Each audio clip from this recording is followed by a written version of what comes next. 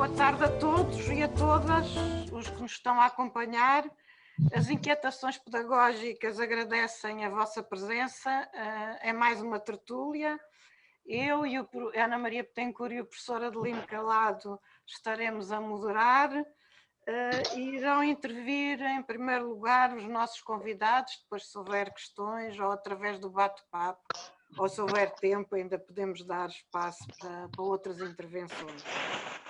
Os nossos convidados para iniciar serão a professora Maria do Céu Roldão, conhecida especialista em currículo, que nos dará o prazer de introduzir esta sessão, e também porque consideramos muito importante a voz dos jovens, teremos a Ana Raimundo, aluna do 12º ano, e o Rui Teixeira, estudante do ensino superior. O professor Adelino Calado depois apresentará melhor estes intervenientes. E contamos estar convosco até cerca das 19h30. Nós, quando organizamos as inquietações, quando organizamos esta tertúlia, colocámos várias interrogações, designadamente sobre este tempo de confinamento, que estratégias podemos utilizar para aproveitar melhor este tempo, porque ninguém queria as escolas encerradas. Sabemos que é uma situação causadora de muitos prejuízos, mas é uma situação inevitável, não podia ser de outro modo neste tempo. E eu só queria lembrar aqui que a Unicef, hoje vi uma imagem da Unicef que diz que há 168 milhões de crianças cujas escolas estão completamente fechadas há um ano. Isto é trágico. Há um ano, perante uma situação de grave ruptura da relação presencial dos professores com os seus alunos em Portugal e um grande vazio comunicacional, a nossa escola reinventou-se noutros espaços e com outras estratégias. Os lugares onde se ensinava e onde se aprendia mudavam. E aos alunos foi exigido muito maior autonomia e responsabilidade na organização do seu tempo. O ensino à distância tornou muito mais visíveis as desigualdades, e esta é uma primeira questão que nós gostávamos de colocar, designadamente desigualdades em matéria de acesso a suportes de trabalho, apoios proporcionados pelas famílias. Mas a grande questão que se coloca é: será possível com o ensino à distância ter menos desigualdades? E como? Confrontada com um novo confinamento, e desta vez vamos esperar que seja por menos tempo, mas também temos mais cansaço, mais desgaste emocional, mais incertezas. A questão que se coloca é: o que é que pode a escola fazer para que todos os alunos, e em especial os alunos mais vulneráveis, possam acompanhar o processo de educação à distância e desenvolver competências que são hoje definidas como essenciais. Esta era, portanto, uma primeira questão, a das desigualdades. Como gerir este tempo? É possível combater as desigualdades? É possível combater os abandonos? Esta é uma primeira questão que nós colocamos sem grandes respostas. A segunda questão, ou a segunda ordem de questões, é: hoje há claramente maiores e novas exigências trazidas por sobressaltos do nosso tempo. E quais são esses sobressaltos? A pandemia, mas lembro também as dramáticas alterações climáticas. Nós vivemos num mundo bem diferente e que ameaça continuar a ser muito diferente. E, portanto, a esta diferença a escola tem que responder. Como é que a escola responde? Como é que ela vai responder no futuro? Nós temos um perfil do aluno à saída da escolaridade obrigatória que aponta para competências que permitiriam aos alunos e aos jovens fazer face a estes desafios. Será possível a escola dar novas respostas? É possível pensar numa escola que prepare para o futuro? E a questão que pomos é como é que vêem a escola nesta fase. Por um lado as desigualdades, por outro lado estes grandes desafios e dramáticos desafios do futuro. Mas, por outro lado, há quem diga que há aqui novas oportunidades, portanto, não me queria calar sem deixar também este desafio. Há aqui, de facto, algumas novas oportunidades. Pronto, eu calmo e vou passar a palavra à professora Maria do Céu Roldão, professora do ensino superior, conhecida especialista em currículo, com uma larga experiência de acompanhamento de escolas que querem mudar, de escolas que mudaram, de escolas que encontram dificuldade em mudar. Céu, a palavra é tua. Muito obrigada. Eu queria começar por saudar todos e agradecer às inquietações pedagógicas e especialmente à Maria Emília, andou a namorar para isto. Eu já tenho vindo algumas ao longo desta longa vida das inquietações, e tenho muito prazer, e a Ani e ao Calado também, agradecer-lhes terem vindo cá buscar a aldeia para dar aqui algum testemunho. Eu devo dizer que estou também confinada, não é? Vim para o campo confinar, e ao estar confinada também estou, como toda a gente, cansada, desencantada, incomodada, etc.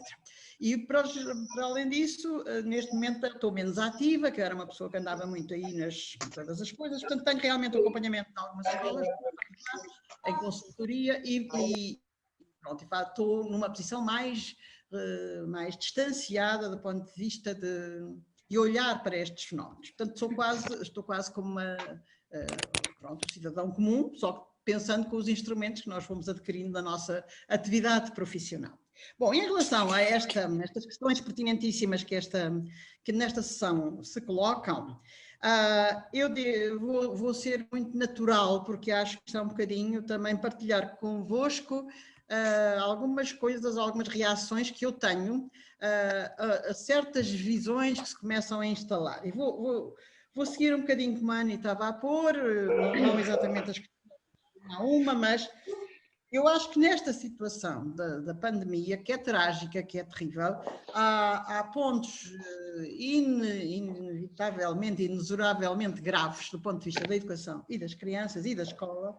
Há pontos que são lidos com ambiguidade, acho eu, uma segunda linha, e há pontos que podem ter um retorno positivo. Isto, no fundo, então, não é muito original, é exatamente, se calhar, aquilo que a maioria das pessoas diz, embora de maneiras diferentes. Eu tenho uma reação em relação ao primeiro aspecto, o que é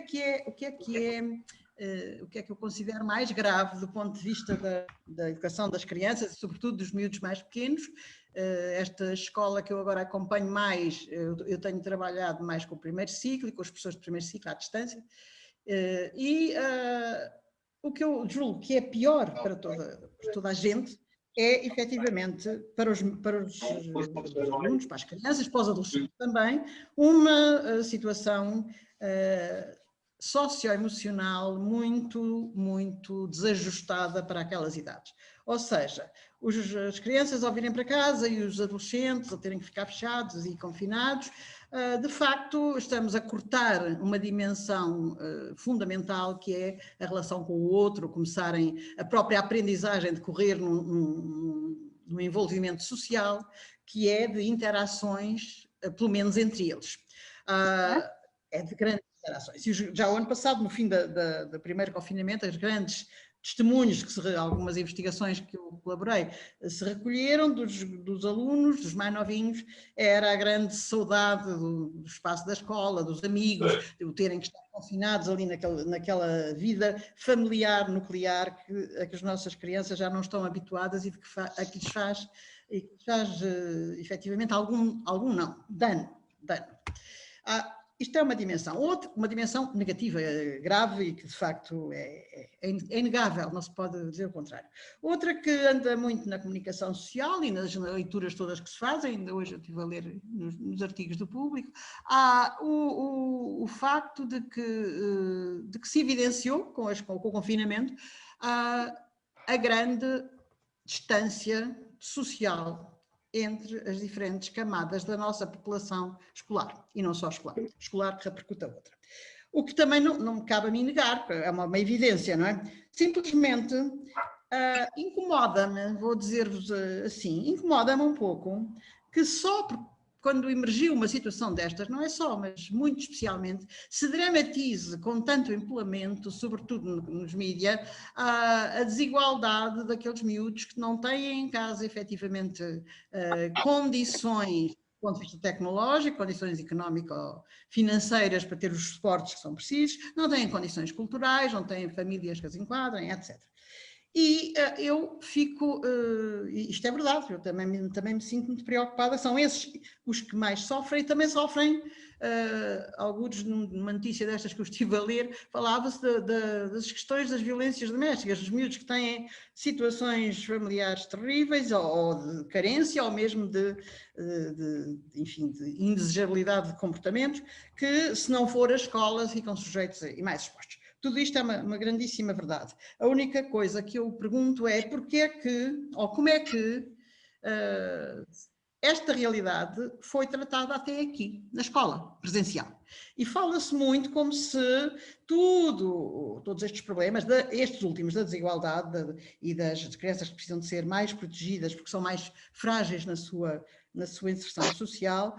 A minha pergunta é, a escola respondia a isto? A escola no seu conjunto, a escola em geral. Estes alunos, estas crianças que agora estamos a invocar e a convocar, e bem, porque estão mais desfavorecidos do que os outros, eles já estavam desfavorecidos e muito desfavorecidos. E de algum modo isso via-se como meio naturalizado ou quase naturalizado na vida da escola. São aquelas franjas do insucesso, do abandono, etc., com que andamos a combater estoica e heroicamente há muito tempo, que já lá estão. Quer dizer, evidenciou-se com a pandemia uma situação mais dramática, mais evidente por causa da necessidade de instrumentos que as pessoas não dominam e porque se agrava a visibilidade das condições. Portanto, o que a mim me ocorre a esta primeira questão a levantar é que não é por causa das limitações no acesso aos suportes tecnológicos que o problema é grave. Isso é só um sinal, um sintoma de uma situação que é grave, que já era grave, que está grave na escola presencial e a que a escola, como a Ani perguntava, tem que responder. Tem que responder trabalhando no sentido de que toda a sua organização se transforme, vimos dizendo isto muitos de nós há muito tempo, no sentido de diferenciar, de trabalhar com grupos mais pequenos, de ter uma lógica de inclusão que seja efetiva e que não continue a achar natural que haja aquelas franjas que não chegam lá, nunca vão chegar e na escola não podemos fazer nada, que é um pouco o espírito muito, muito dominante, na minha opinião, ainda na cultura escolar. Por muito que haja muitos programas, muitos projetos, muitas coisas que eu tenho acompanhado, a verdade é que se naturalizou. E a pandemia veio pôr o dedo na ferida. Em relação aos meninos, às situações mais graves de fome, de dificuldades, etc., eu acho que aí pode-se fazer alguma coisa, está-se a fazer. A escola com que eu colaboro e outras, e públicas e privadas, têm dado acolhimento e refeições aos alunos na medida que eu acho até agora razoável. E, portanto, penso que isso tem que se continuar a assegurar, não pode haver outra alternativa. Pronto, mas isto é, digamos, a parte que eu acho que é mais dramática, a parte dos miúdos estarem emocionalmente privados da sua natural convivência e a parte daqueles que estão desigualizados pelas suas circunstâncias, mas que não é novo. A outra situação é nova, esta não é nova. E isso precisa de realmente ser atendido. Agora, no que diz respeito ao segundo aspecto, que é o aspecto que assusta mais e que anda muito nas preocupações até políticas, e eu compreendo, se eu lá estivesse também fazia se calhar o mesmo, mas que me parece já um bocadinho objeto de confusão, que é o muito que os meninos perdem, medido em semanas de aulas, em aula, quantas aulas presenciais perdem, o que é preciso prolongar, admito que se prolongue, não tenho nada contra, mas tudo isto leva a uma ideia de que o ensino feito online, retiradas aquelas situações que eu já referi, que são as mais graves, é necessariamente, já ouvi dito isto por muita gente, e possivelmente muitos de vós acharão também, muito pior ou muito menos eficaz do que o presencial. E, portanto, o que é preciso é nós regressarmos, por um lado, regressarmos ao presencial. Sim, perfeito. Mas o presencial é bom do ponto de vista da sua consecução das aprendizagens essenciais, da sua consideração da formação cidadã dos miúdos, da eficácia do que faz. É quando começamos a opor, estamos horríveis porque é o à distância, quando for presencial é a paz dos anjos. Eu chamo a atenção para que não é a paz dos anjos.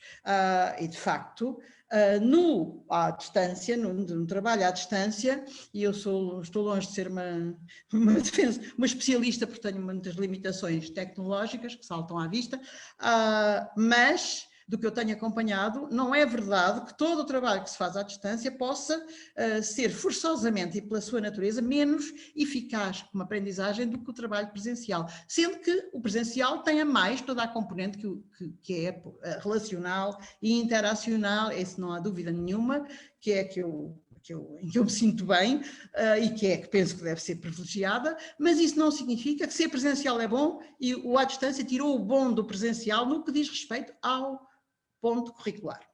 E aí gostava de distinguir e de chamar alguma atenção para discutirmos quais são as perdas curriculares, as perdas de aprendizagem que são mais faladas. Julgo eu que são as que são mais referidas e mesmo, enfim, nos decisores, é a preocupação com quantas semanas de aulas, quanto tempo de aulas, quanto se está a tirar que tem que se repor. E a minha pergunta, primeiro a situação aula, que é o nosso modelo clássico, é alguma coisa que se deva replicar no ensino online? Ou, pelo contrário, não só não se deve replicar, como o online abre possibilidades de trabalho muito diversas, que se forem, digamos, decalcadas do ensino presencial no formato que o temos da aula, maior parte das vezes positiva, temos que admitir que isto ainda é assim maioritariamente, se isso for transferido para o trabalho online, coitadas das crianças e coitados dos alunos, e mesmo no presencial também já digo coitados, porque na verdade é uma unidade de aprendizagem medida em tempo, quanto tempo é que eles estão a ouvir professores. Pelo contrário, pode o online dar aso e tem possibilidades que não são tão utilizáveis quando a gente tem uma turma muito grande à frente, de trabalho mais autónomo, de situações em que se aproveita, porque a Ani dizia há bocadinho, os alunos são obrigados ou são levados a ter que trabalhar autonomamente. E eu pergunto-me se isto não é uma grande oportunidade. Claro que é preciso que os professores e quem está à distância a acompanhá-los, trabalhem nesse sentido, mas a verdade é que é impossível eu fazer uma aula presencial, uma aula expositiva eficaz à distância.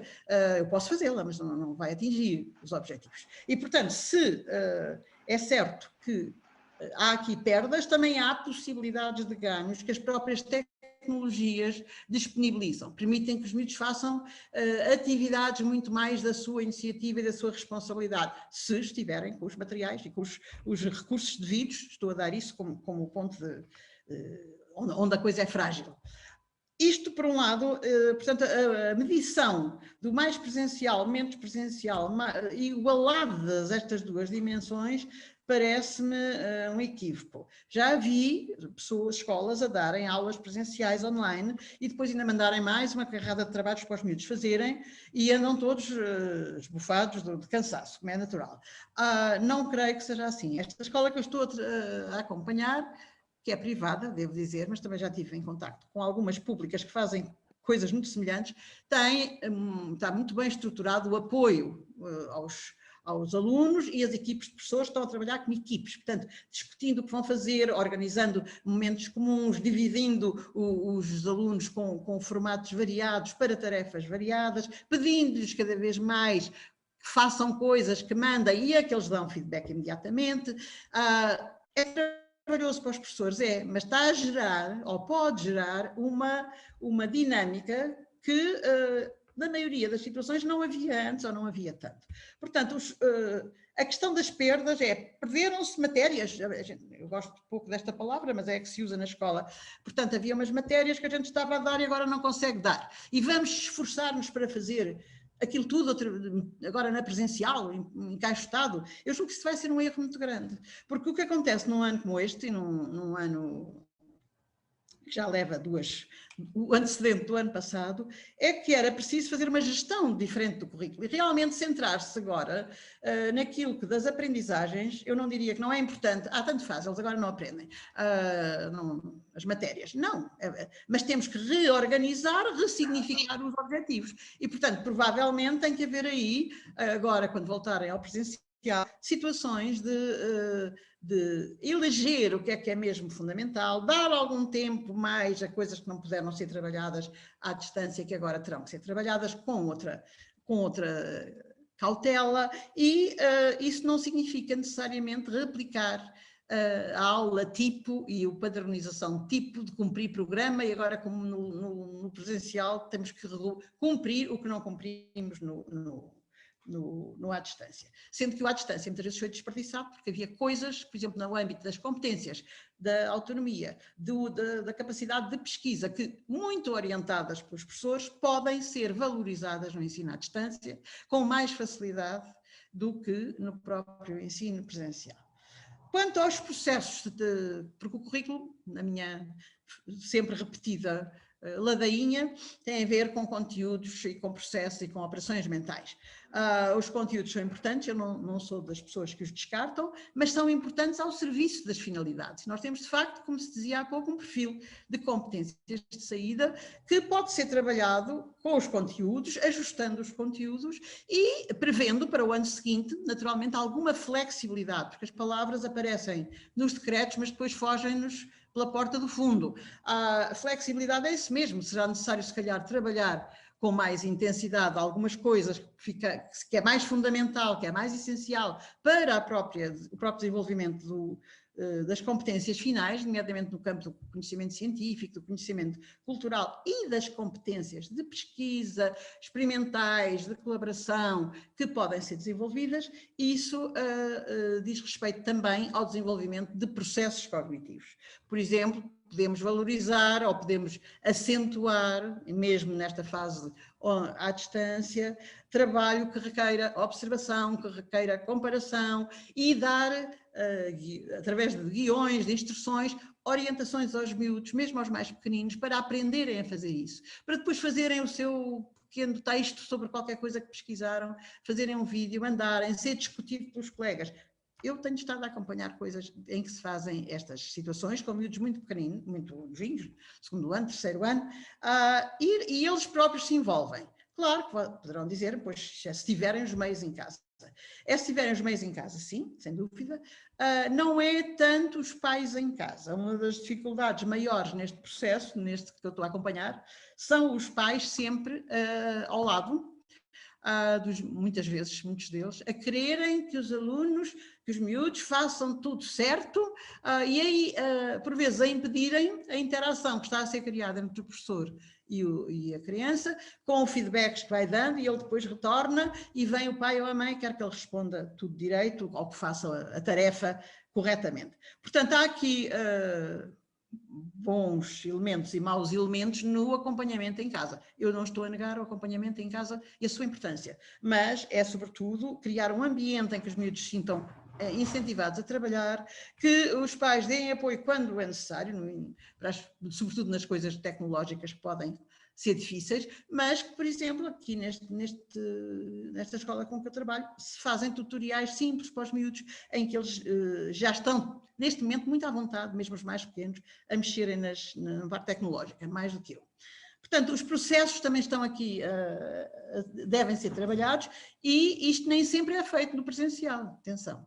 E aí eu acho que há aqui algumas dimensões que podemos vir a reverter para melhorar o nosso trabalho na escola.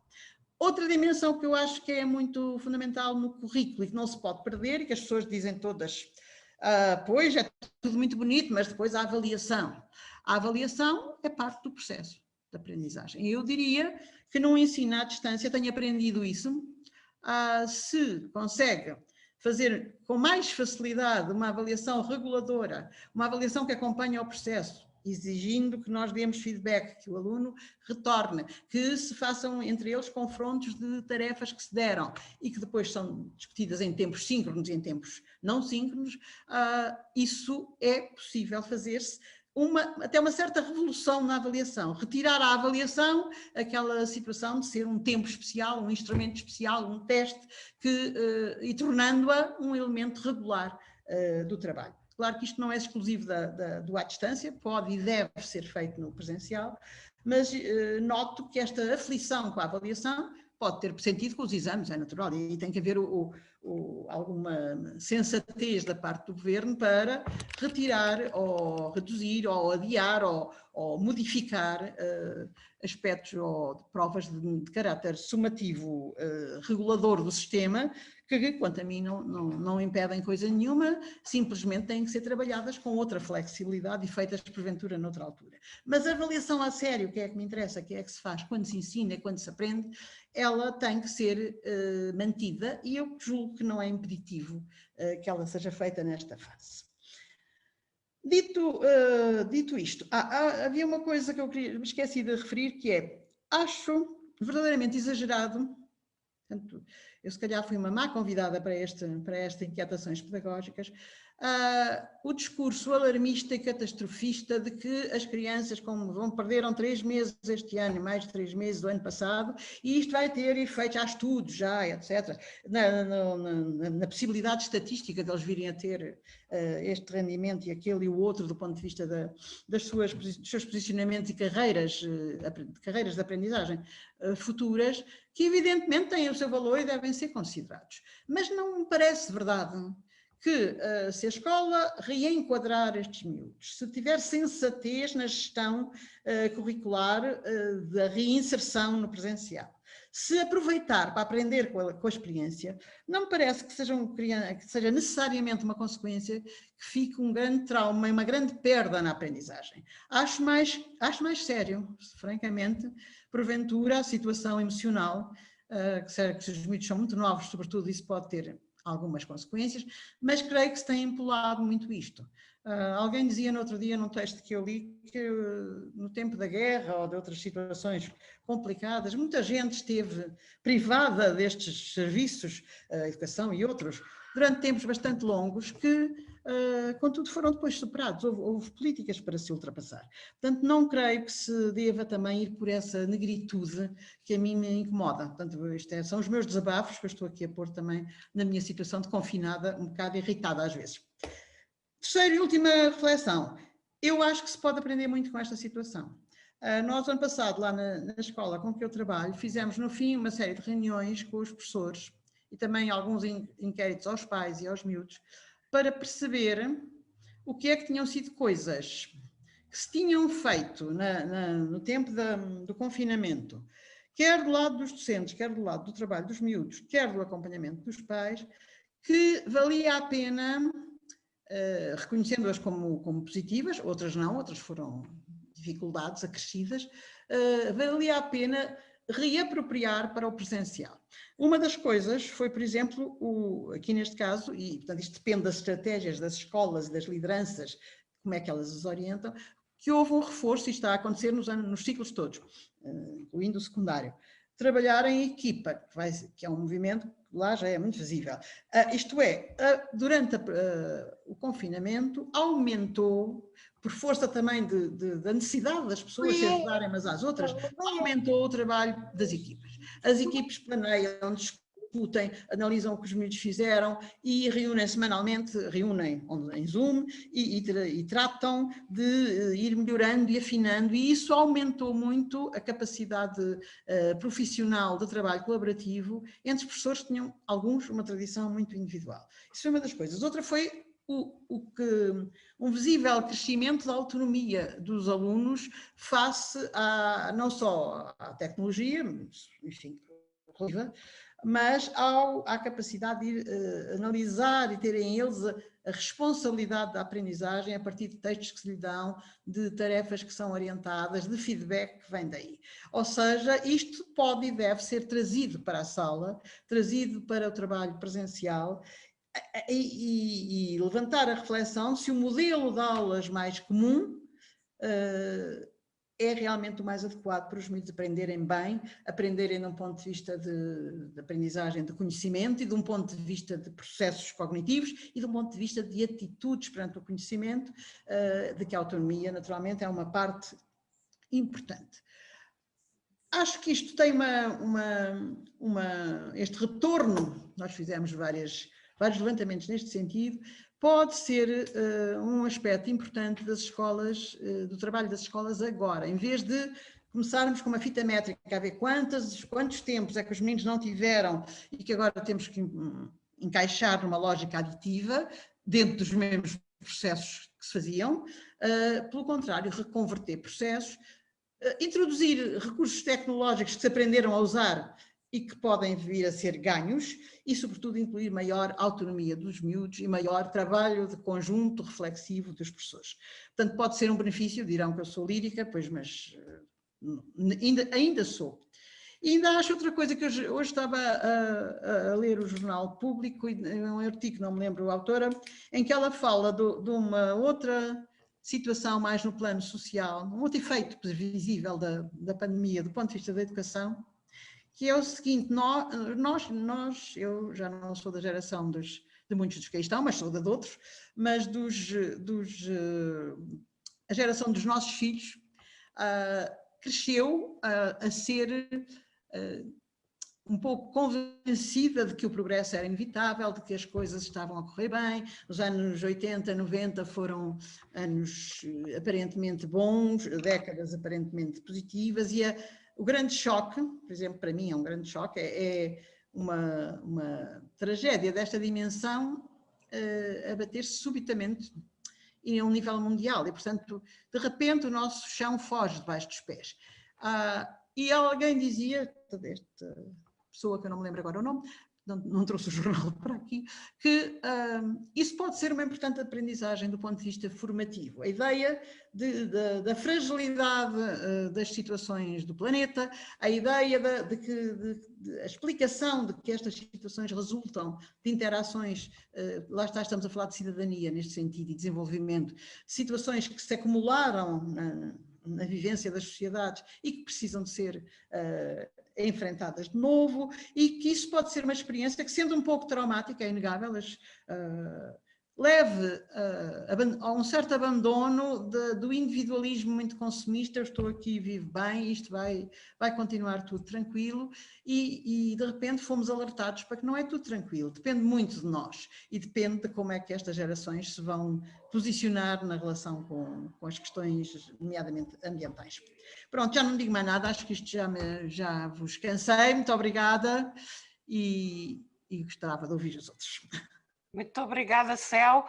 Eu acho que foste exatamente a pessoa certa para esta tertúlia, porque sem perder a noção de que temos aqui grandes desafios, há lados positivos e há lados complicados ao nível das desigualdades, mas há aqui aspectos muito interessantes que foram levantados e que eu penso que nos vão fazer refletir, designadamente com o que se pode aprender com esta situação, a importância do trabalho de grupo, a importância do que se aprende e, sobretudo, eu achei muito interessante esta tua ideia de que não podemos estar aqui a contar o número de aulas que não foram dadas, porque isto não é assim, porque não é equivalente, porque se calhar o que se faz nas aulas não é a melhor maravilha do mundo. Portanto, acho que tu nos deixaste aqui desafios muito interessantes para refletir. Eu só queria avisar que quem teve dificuldade em entrar, esta sessão é gravada e depois será enviada às pessoas que não conseguiram entrar. E eu vou passar ao meu colega das inquietações, Adelino Calado, que irá animar, digamos, a conversa com os nossos interlocutores mais jovens. Obrigado, Andy. Obrigado, Maria do Céu. Foi uma visão global e se calhar agora íamos ouvir um bocadinho a visão também do lado dos alunos. E eu começava pela Ana Raimundo, que é uma aluna de 12º ano, é presidente da Associação de Estudantes da Secundária de Carcavelos, E depois de ouvir a professora Maria do Céu e fazer esta referência toda e este resumo que a professora Ana Betancourt acabou por fazer, Ana, quais foram as dificuldades? Houve grandes dificuldades? Não houve dificuldades? O que é que aproveitaste melhor? E como é que depois vamos recuperar se for preciso? 3 perguntas para... Tudo uma vez. Tudo. Então, olá a todos. É assim, eu não podia estar mais de acordo com a professora Céu. Nós, quando falamos da pandemia, só vemos os lados negativos. Mas sim, houve dificuldades. Eu posso dizer que a minha escola, se calhar, não foi um exemplo. Ok, se calhar foi um exemplo pela positiva, não é? Porque nós já vínhamos com alguma bagagem por trás, tanto a nível da autonomia, como a nível das novas tecnologias. Nós já tínhamos em anos anteriores começado a trabalhar isso. Por isso é que se calhar também não se notou tanto essas desigualdades de que tanto se fala. Essas desigualdades sim, existiam sim, foram agravadas, mas os alunos já estavam mais habituados, já conseguiram trabalhar melhor e depois os problemas que haviam nós fomos colmatando. Eu não senti tantas dificuldades do que vou falando com os meus colegas e do que vou perguntando, tanto a nível agora da Associação de Estudantes, nós temos que perguntar para depois também darmos um feedback aos professores. Eles têm-se aguentado e eles próprios têm visto positividade nisto. Claro que quando nós nos perguntamos, a primeira coisa que nos vão dizer, ai não, quarentena, não, por favor, não, mais tempo sem os meus amigos, não. Mas é mais isto que eles sentem mais falta do social. Agora na escola, eles próprios conseguem notar que estão a desenvolver mais autonomia, que estão a fazer os trabalhos de uma forma diferente e que às vezes, pronto, a avaliação, não é? Mas às vezes estão a ser avaliados de forma diferente. Claro que depois encontramos alguns pés de chuva, não é? Há sempre aquele problema da avaliação e as pessoas não querem bem mudar e há sempre este problema que queremos trazer as coisas do presencial para aqui sem nos apercebermos que o presencial se calhar já não estávamos no caminho mais indicado. Como recuperar? É assim, para recuperarmos temos que admitir que o que tivemos a fazer até agora estava mal. Eu não acho que esteja mal. Eu, na minha experiência pessoal, não sinto que fiquei assim tanto para trás com esta pandemia. Sinto que os professores se adaptaram, sinto que nós nos adaptámos. Claro que estamos a falar de mais velhos, se calhar com os mais novos é diferente, mas eu também sinto que os professores também acompanharam. Sinto que se foram criando novas dinâmicas e sinto que nós ganhamos mais do que perdemos. Sim, talvez os conteúdos, as matérias, como a professora Céu dizia, se nós nos focarmos tanto nisso, ok, vamos lá contar os dias que perdemos, os dias que... Não acho que seja por aí. Acho que devíamos aprender com aquilo de bom que podemos tirar daqui, com o trabalho da autonomia, no fundo com a adaptação. É sim, é muito importante o trabalho da equipa, é muito importante a flexibilidade, uma coisa que os meus colegas falavam tanto, que era nós, com esta pandemia, com o trabalho à distância, tivemos um pouco a liberdade de organizar o nosso tempo, isto especialmente no início. Foi um choque ao início, depois as pessoas mandavam muitos trabalhos ao mesmo tempo, não tinham noção do que é que mandavam. Sim, foi complicado. Mas nós aprendemos a gerir o nosso tempo, nós desenrascámos, porque vamos ter confiança nos alunos, nós também nos adaptamos, não é? Nós também conseguimos. E com essa adaptação, nós ganhamos estas competências que se calhar até são bem mais importantes do que aprendermos as orações subordinadas. Estas competências que depois, na vida adulta, nos vão servir bem mais do que isso. E são estas as coisas que nós levamos da escola. A autonomia, o trabalho da equipa, o trabalho de pesquisa que a professora Céu falava há bocado. Os professores lembraram-se, ok, devemos fazer trabalhos de pesquisa, devemos desenvolver isto, porque, no fundo, quando nós saímos da escola é isso que nós vamos usar.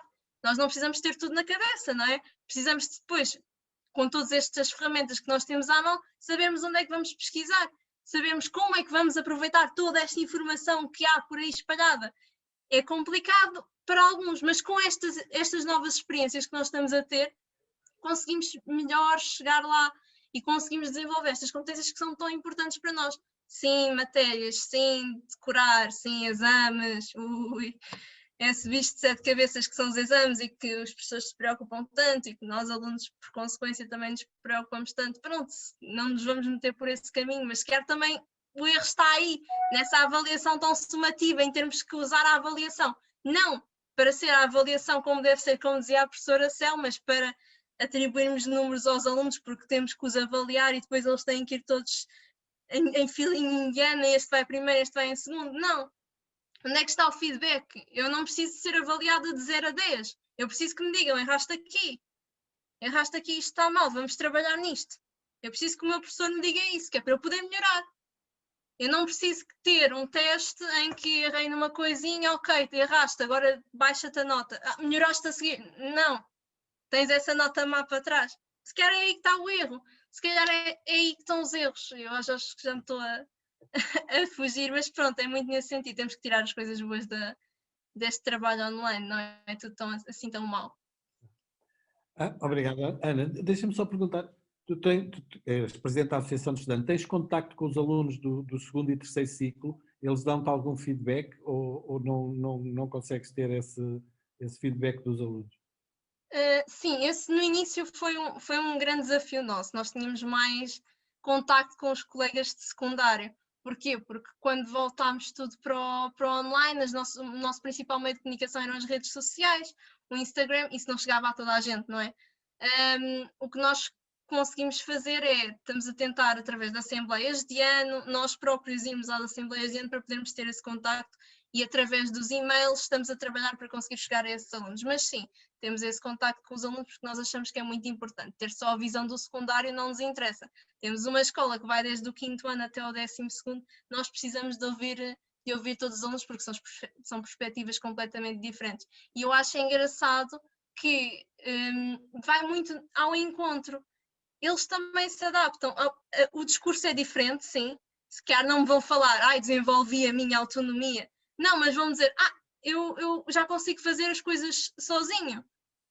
Tive colegas do 7º ano, do 6º ano, do 8º ano, que quando eu lhes perguntei, então, como é que estão a correr as coisas agora na pandemia, como é que estão a correr as aulas? Estão a correr bem. Uns diziam que gostavam mais de como as pessoas tinham feito no ano passado, uns diziam que estavam a gostar mais agora, uns falavam que podiam ser muitos trabalhos, mas depois eu aprendi-me a organizar. Eu ficava muito contente quando eles me diziam isso, porque não são só os de secundário que aguentam, não são só os de secundário que se adaptam, os de 5º ano, 6º ano, 7º ano também. Isso dá-lhes logo uma bagagem para depois. Ok, obrigado, Ana.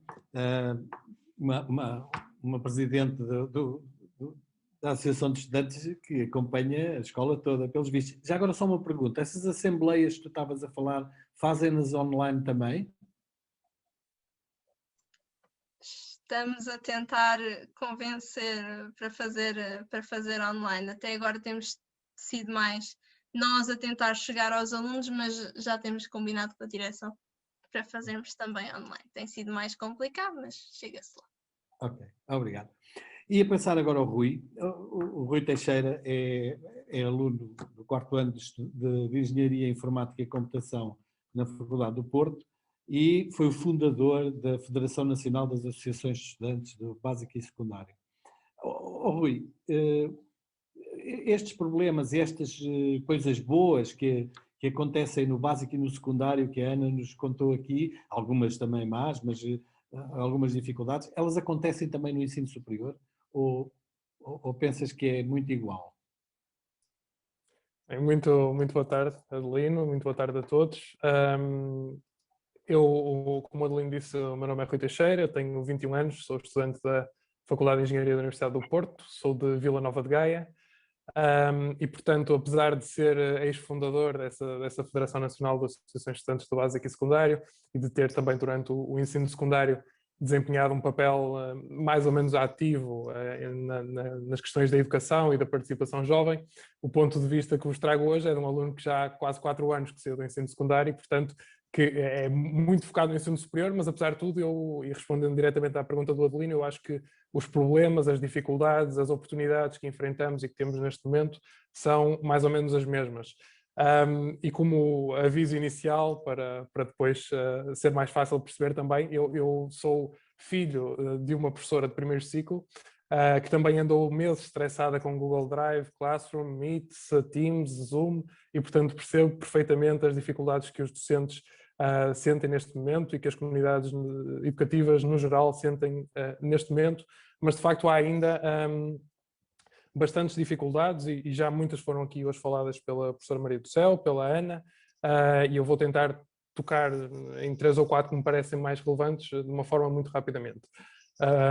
Em primeiro lugar, há um conjunto de dificuldades estruturais que não podemos negar. Portanto, parece-me uma falácia a ideia de que estamos todos efetivamente no mesmo barco. Estaremos do ponto de vista de saúde pública, portanto, à partida corremos todos o mesmo risco de ser infectados, mas não estamos todos no mesmo barco quando se toca nas consequências que essa pandemia depois tem na vida de cada um. Não estamos a nível económico, não estamos também a nível da educação. Portanto, esta pandemia não só revela muitas das dificuldades que já existiam anteriormente, como agrava essas mesmas dificuldades. Ainda há uns dias um estudo da professora Susana Peralta e um conjunto de outros investigadores provava exatamente isso, e a doutora Maria do Céu já aqui o disse hoje, não tem só a ver com ter um computador ou com ter uma ligação à internet que é estável, tem a ver com crianças que vivem em casas que ainda não têm saneamento, com crianças que vivem em casa onde não há um único aquecedor, com crianças que não têm 2 refeições por dia na forma como nós conhecemos essas 2 refeições, de um almoço e de um jantar, e que, portanto, são dificuldades estruturais que já existiam no nosso país, mas nas quais a escola teve sempre um papel muito importante, porque, pelo menos nas horas em que as crianças estavam na escola, aquele era um espaço seguro, um espaço onde as crianças se podiam sentir bem e onde se podiam desenvolver com todas as condições. A verdade é que eu sou ligeiramente privilegiado, portanto não passo por estas dificuldades estruturais de que falava, para além de viver numa casa com todas as condições, tenho um computador, tenho ligação à internet estável, e para além disso sou aluno de Engenharia Informática, como vos dizia, portanto a verdade é que no meu curso muito do trabalho que é feito já era feito de forma online, de forma remota, com plataformas colaborativas entre os estudantes para desenvolver trabalhos, com plataformas colaborativas para contactar os professores e para esclarecer dúvidas, e portanto sinto sinceramente que a adaptação naquela que é a minha realidade, no curso que eu frequento, pela especificidade desse curso, a adaptação foi relativamente fácil, tendo os alunos e os professores quer os conhecimentos, quer os equipamentos para que isso seja feito de forma eficiente. Portanto, vindo deste curso, deste contexto, a verdade é que também, como a Ana e como a doutora Maria do Céu diziam, acredito e conheço as muitas vantagens que a digitalização tem, que a digitalização do ensino também tem, mas quando é feita com tempo, quando é feita com preparação, quando é feita de forma estruturada e não quando numa semana está tudo normal e na semana seguinte temos que nos confinar em casa por um vírus que não conhecemos. Mas infelizmente aquilo que eu fui vendo no meu curso não é generalizado, ou seja, tenho muitos colegas noutros cursos, noutras realidades, noutras cidades, noutros contextos que não estão na mesma situação do que eu, especialmente no que a 2 problemas diz respeito. Um que é material, que tem a ver com a falta de computadores, que tem a ver com um país que ainda é estruturalmente atrasado no que diz respeito, por exemplo, às infraestruturas de internet. E eu fui acompanhando o caso daquela aluna do Conselho de Vimioso, que precisava de ir na carrinha com o pai para ter aulas na carrinha e para conseguir aceder à internet lá no cimo do monte. E eu conheço bem essa realidade, a minha mãe é desse concelho, é do Concelho de Vimioso, e é um concelho onde dificilmente uma pessoa tem rede no telemóvel. Rede, portanto, precisa de ir ao ponto alto da habitação, precisa de deixar o telemóvel numa mesinha de cabeceira específica, que é a mais alta da habitação, para depois conseguir fazer ou receber chamadas. E, portanto, há um atraso estrutural no que diz respeito às infraestruturas de internet no nosso país. E o outro problema, que não é infraestrutural, mas que não me parece menos importante, que tem, e do qual eu me tenho apercebido, especialmente no ensino superior, que tem a ver com saúde mental. Há muitos estudantes, eu acho que nós nem conseguimos bem ter noção daquilo que está a acontecer, mas há muitos estudantes que estão neste momento a passar por sérios problemas no que a saúde mental diz respeito. Portanto, é uma realidade que, quer dizer, os números serão sempre bons para nós percebermos o que acontece a nível geral, mas qualquer pessoa que esteja no ensino superior hoje consegue olhar à sua volta e perceber o que é que está a acontecer com os seus colegas. E é uma realidade, de facto, muito difícil e que eu temo terá consequências muito relevantes para o futuro. Em segundo lugar, portanto, passando estas dificuldades estruturais, acho que há um problema que tem muito a ver com as características da pandemia, mas que diz respeito à informação e que depois tem relação com os outros problemas, que diz respeito à informação. Se no início era natural, ou seja, se durante as 2 ou 3 semanas do mês de março do ano passado, portanto faz agora um ano, se durante as 2 ou 3 primeiras semanas do início da pandemia Era normal haver falta de informação, era normal andarmos todos um bocadinho perdidos, sem saber o que fazermos, a percebermos quais eram as plataformas que podíamos usar e de que forma é que podíamos fazer esse trabalho. Eu não acho que nós neste momento, acho que estamos melhor, mas acho que estamos ainda muito atrasados. E acho que isso tem a ver com planeamento, tem a ver com pensamento estratégico. E dou-vos um exemplo concreto. Quando o governo decidiu agora em janeiro de confinar novamente, portanto regressarmos todos ao confinamento, desta vez em 2 passos, mas numa ou 2 semanas estávamos todos novamente em casa.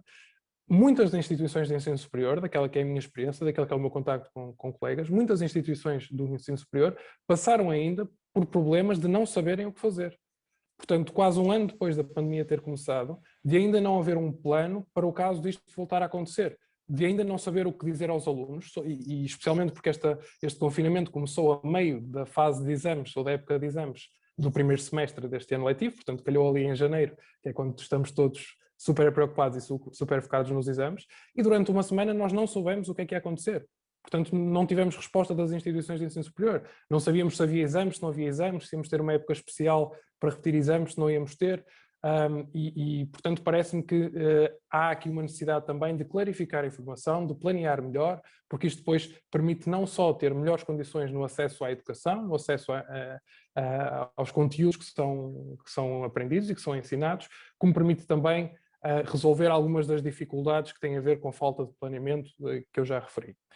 Em terceiro lugar, e esta também é uma característica que vem muito da experiência do ensino superior e que eu não sei se estará a acontecer nos outros níveis de ensino, mas pelo meu percurso escolar leva-me a acreditar que sim, e que tem a ver com uma obsessão, e acho que esta é mesmo a palavra melhor para caracterizar este fenómeno, uma obsessão com a educação, com a avaliação, desculpem. Obsessão com a educação, tudo bem, mas uma obsessão com a avaliação.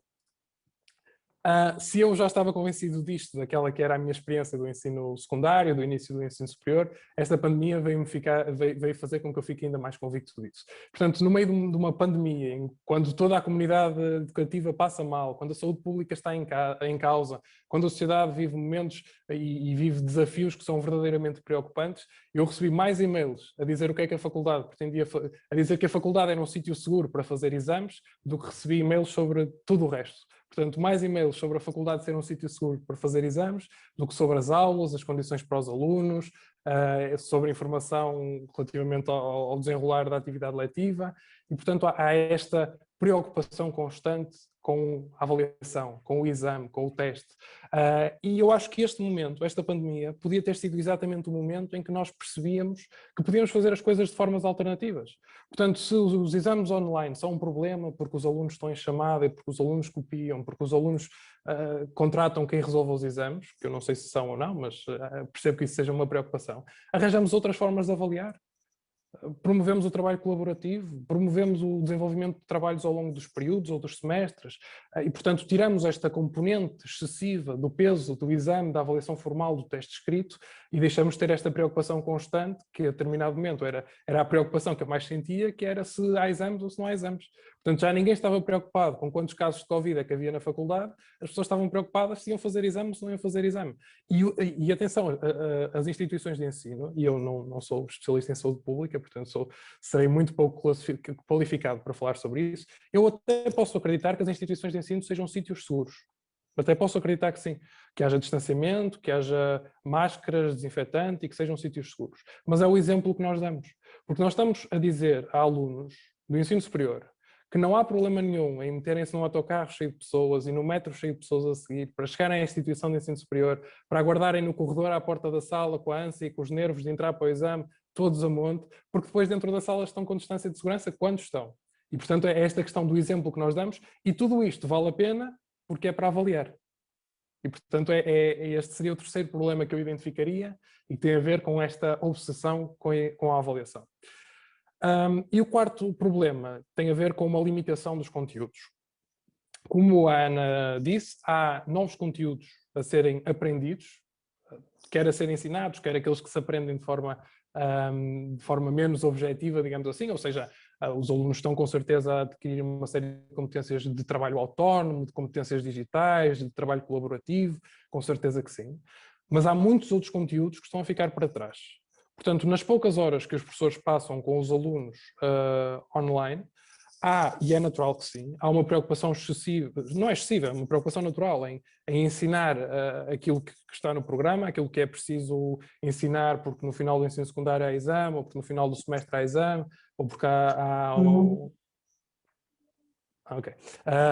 portanto, há esta preocupação que é natural em ensinar tudo aquilo que há para ensinar, e há uma série de outros conteúdos que se aprendem na escola, que se calhar não vêm no programa, mas que são igualmente importantes e que estão a falar para trás. E a Ana já tocou aí um bocadinho. Neste momento, e dando um exemplo concreto que também já aqui hoje foi referido, uma criança que viva em contexto de violência doméstica, para além daquilo que está a passar por estar o dia todo fechado em casa e por não ter a escola como um safe space, como se diz em inglês, como um lugar seguro para onde pode ir, para além de tudo isso, há todos os outros conteúdos ao nível da formação cívica, da cidadania, da participação, que não está a obter, porque é muito difícil obter neste meio em que nós nos encontramos, e portanto são conteúdos e são aprendizagens que estão a ficar para trás e que me parece também importante que nós investamos de forma realista, de forma concreta nesses conteúdos, quando esta maldita pandemia acabar. E, portanto, os desafios para o futuro são muitos, eu não me quero alongar muito mais, eu deixaria 3 desafios que me parecem estruturais e dos quais já aqui fui falando. O primeiro é planear com tempo. Eu não sei, nós estamos neste momento no segundo confinamento e desconfinaremos, segundo parece, em breve. Eu não sei se nós já pensamos num terceiro confinamento. Ou seja, eu não sei se houver um terceiro confinamento, se é a terceira vez, nós estamos preparados ou já planeamos o que é que faremos nessa altura. E, portanto, parece-me que há aqui que é muito importante planearmos já de forma antecipada para não cometermos os mesmos erros, o que é que vai acontecer a seguir. O segundo desafio que me parece existir tem a ver com os alunos.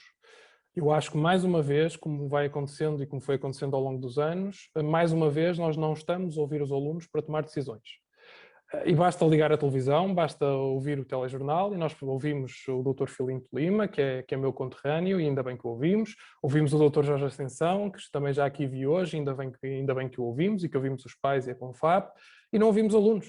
Portanto, hoje, vendo um jornal, vendo um telejornal, é muito raro nós ouvirmos algum aluno a falar sobre o contexto em que está inserido. É raro ouvirmos um aluno falar sobre as decisões que são tomadas. E se não o vemos na praça pública, eu tenho dúvidas ainda maiores que isso aconteça em privado. Ou seja, tenho dúvidas muito grandes de que quando se reúne a mesa para tomar as decisões ou para negociar as decisões, que haja alunos presentes.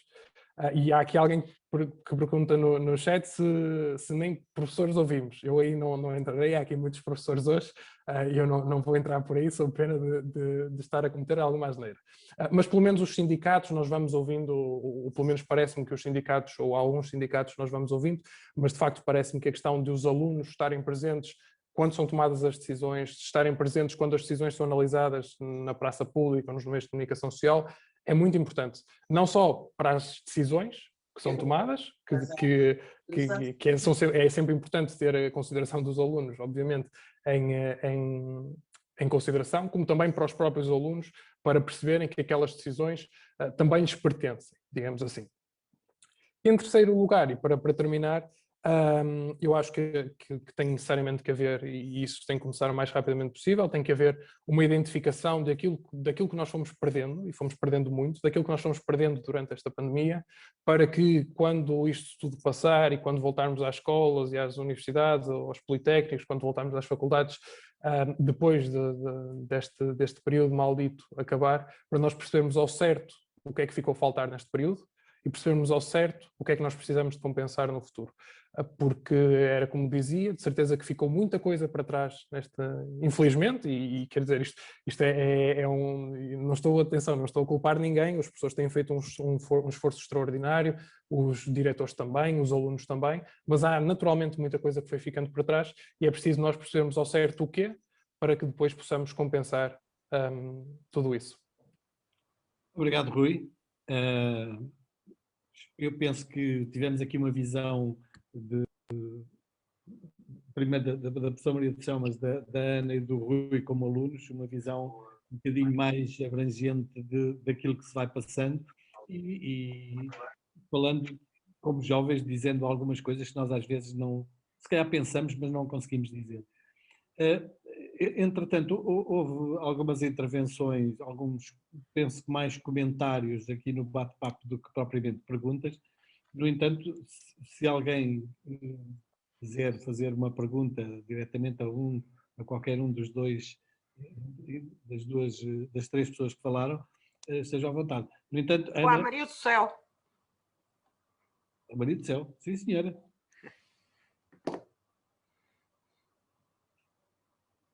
Desculpa, o que foi a Maria do Céu? Não percebi. Não, estou a dizer, se alguém quiser fazer alguma pergunta à Maria do Céu também. Ah, desculpa, sim, está bom.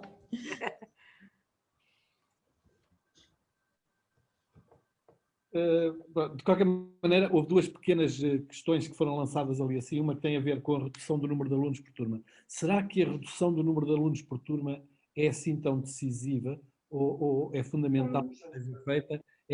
É possível fazer... Mafalda, não me venhas com isso outra vez que eu vou me chatear.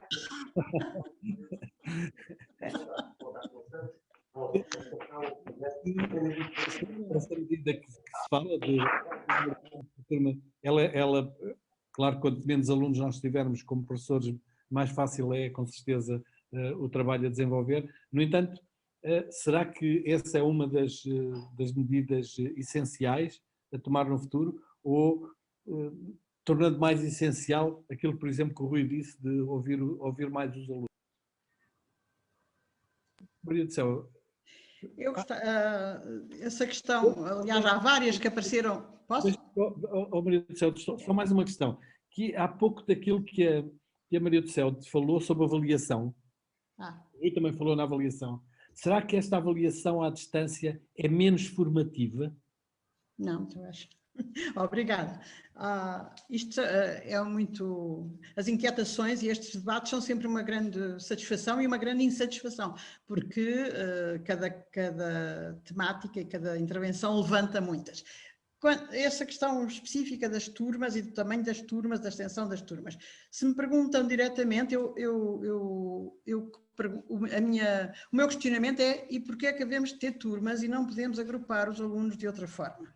Ou seja, a turma porquê e o tamanho da turma menor para um professor individual, que é como a escola está estruturada. Sim, claro que se forem menos, mas eu já vi várias vezes em situações de supervisão, turmas muito pequenas a funcionarem, o professor a funcionar sem grande qualidade e turmas muito grandes com a capacidade estratégica de organizar de outra maneira. Portanto, eu acho que o problema é falacioso nós colocarmos na dimensão das turmas a solução dos problemas. Para mim, a solução dos problemas está em duas coisas. A solução dos problemas, digamos, a melhoria, que todos ambicionamos e que os alunos também nos trouxeram aqui com grande pertinência, da escola e do seu funcionamento, ou da faculdade e da formação em geral das pessoas, tem a ver com a mudança das lógicas de trabalho dentro da escola, ou seja, o próprio agrupamento de alunos homogéneos especificado na turma,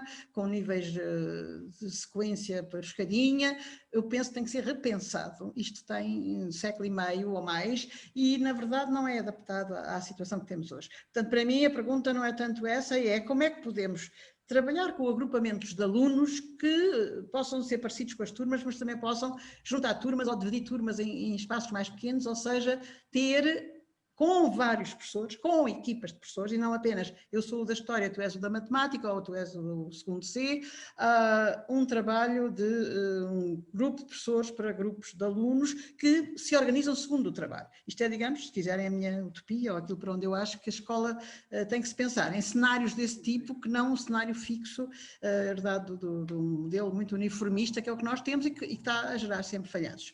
Quanto à avaliação, eu acho que da minha experiência, isto é, do meu contacto com a experiência, à distância, o ensino à distância, eu nunca pratiquei, eu sou má a praticar estas coisas, portanto fiz um curso ou dois o ano passado ainda na Católica, mas com dificuldade. Agora parece-me que fazendo bem, que é uma coisa que eu gostaria de ir aprendendo, a possibilidade da avaliação ser muito mais formativa à distância, ou ser formativa, não vamos dizer muito mais, acresce do ponto de vista tecnológico, se houver uma boa gestão tecnológica, uma boa gestão das estratégias de trabalho, que quanto a mim são essas que deve transportar depois para a escola presencial. A avaliação de que todos falaram, de que falou sobretudo agora o Rui, muito bem, a obsessão com a avaliação. Eu gostava de dizer a esse respeito duas outras coisas. Eu tenho uma reação às vezes mal entendida.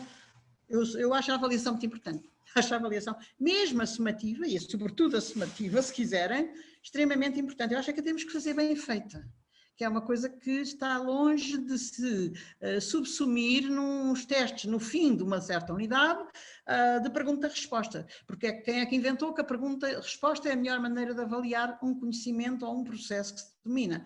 Estamos convencidos disso só porque é prática, é de papel e lápis. A avaliação concebe-se de muitas outras maneiras. E, quanto a mim, eu digo isto muitas vezes, já tenho escrito, a avaliação...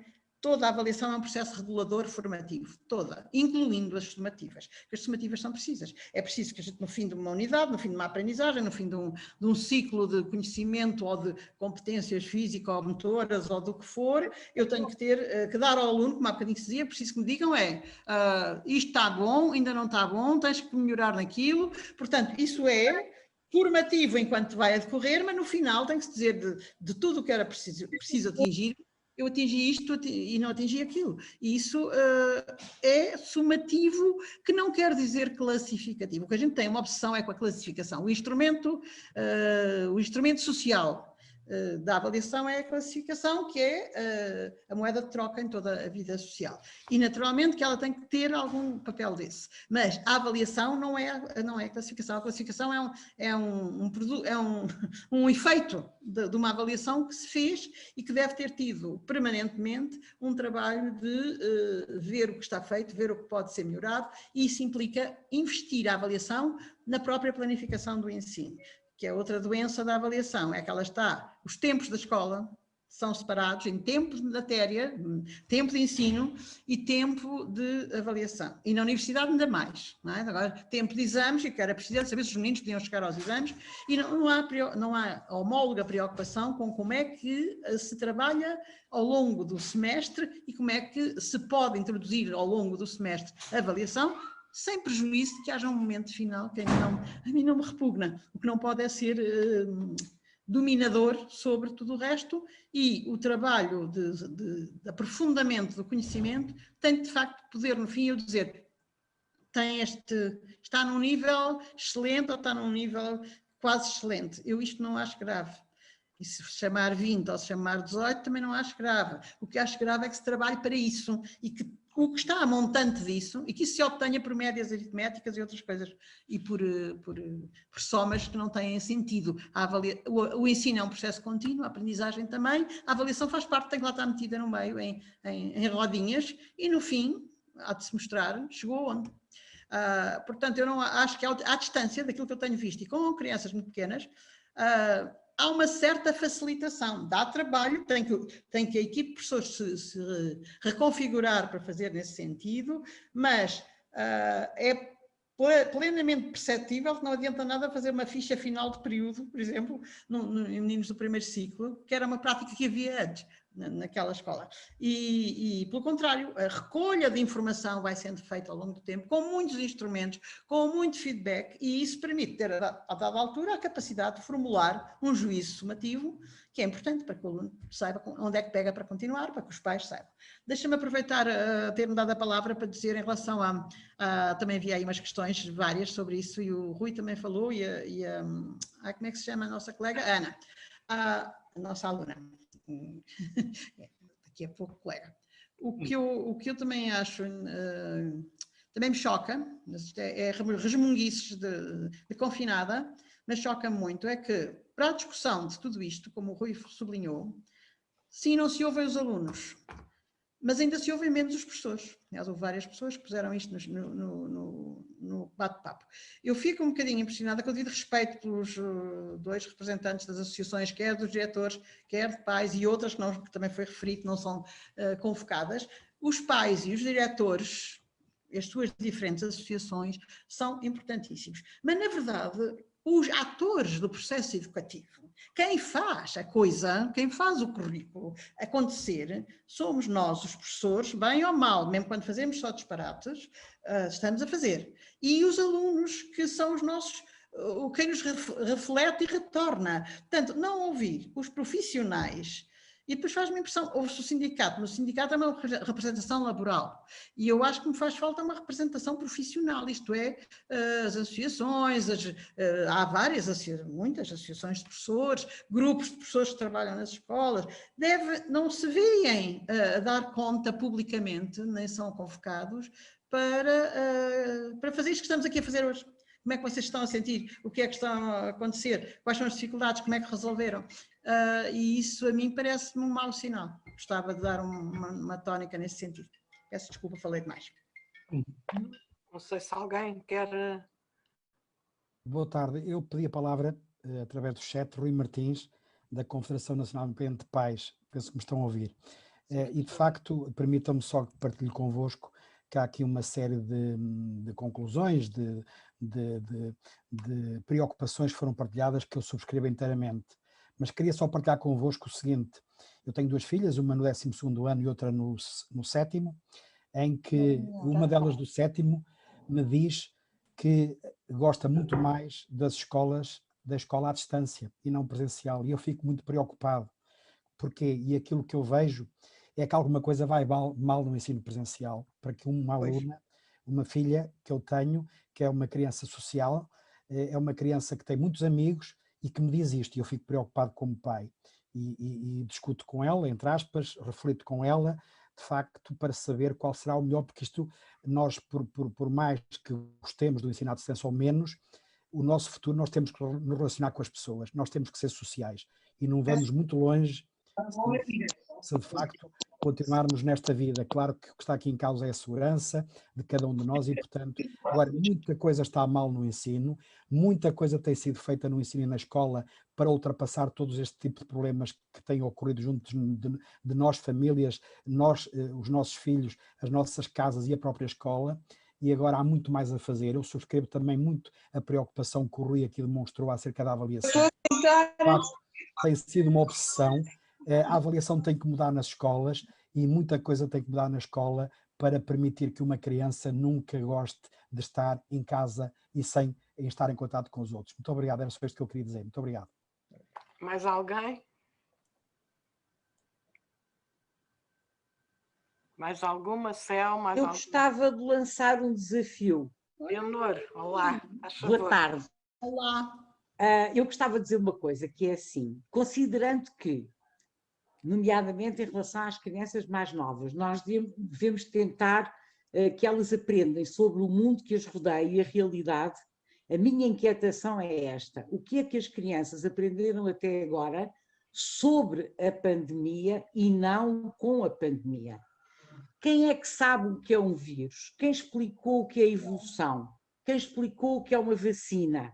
O que é que as crianças perguntaram e os professores mudaram para elas aprenderem? Eu sou de ciências, sou suspeita, mas acho inconcebível ouvir sistematicamente e ler nos órgãos de comunicação social disparates enormes, comentadores a falarem, os nossos grandes epidemiologistas, como já são usados por todas as redes sociais, e ninguém saber o que é que os professores nas escolas estão a discutir e a ajudar as crianças a aprender sobre história e política, contextos em que surgiram as pandemias, surgiu esta, como podem surgir outras e porquê, porque é que nós não temos controle sobre elas, porque é que mesmo com as vacinas é difícil, ajudá-los a interpretar gráficos, diagramas, montes de coisas que as aprendizagens ao nível das ciências e da matemática, por exemplo, exigem nas crianças mais pequenas e que se podem fazer com dados sobre a realidade.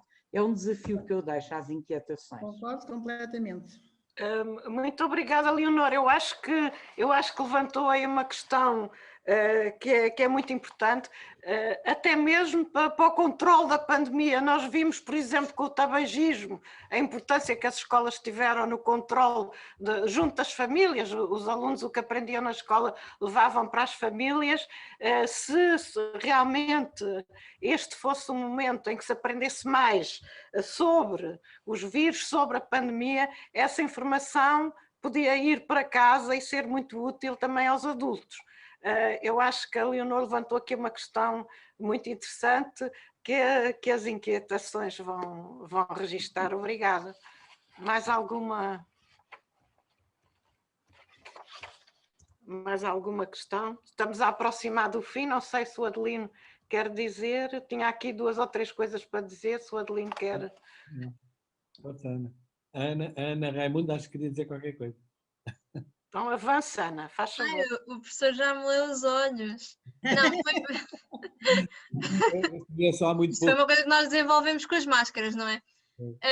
Fazer tudo com os olhos, não é? Foi tudo com os olhos. Foi sobre uma questão que colocaram aqui no chat ainda há pouco sobre se...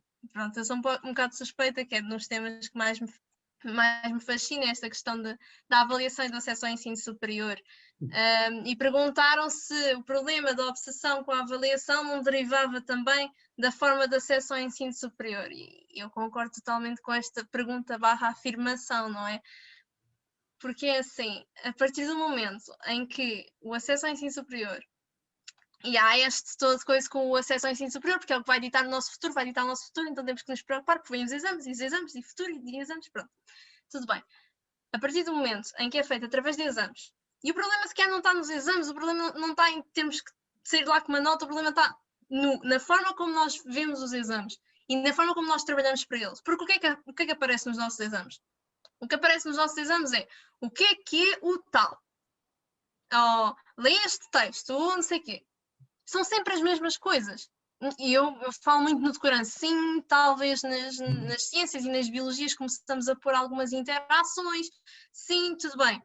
Mas, no fundo, a partir do momento em que nós conseguimos trabalhar para o exame, está tudo estragado. Porque assim, o que é que nós estamos a avaliar? Estamos a avaliar a nossa capacidade de decorar, estamos a avaliar a nossa capacidade de treinar muito para uma pergunta que depois, sequer, nunca mais na vida, na nossa vida, no futuro, nós não vamos estar preparados dessa forma, nós não vamos chegar a um desafio e não vamos ter que responder depois de treinarmos durante 10 anos para respondermos àquele tipo de perguntas. Não, nós vamos ter uma data de competências que nós desenvolvemos aliados, sem dúvida, aos conhecimentos, aliados àquelas matérias que nós trabalhamos e bem. Mas não me vão perguntar o que é uma mitocôndria. Não me vão perguntar, não me vão dar uma frase e não vão dizer identifica aquela oração. Não! Vou precisar de fazer pesquisa, vou precisar de relacionar conceitos. A partir do momento em que é assim que nós escalamos os nossos alunos, daí haver este problema com a avaliação. Daí a nossa avaliação não ser tão formativa, ser tão sumativa.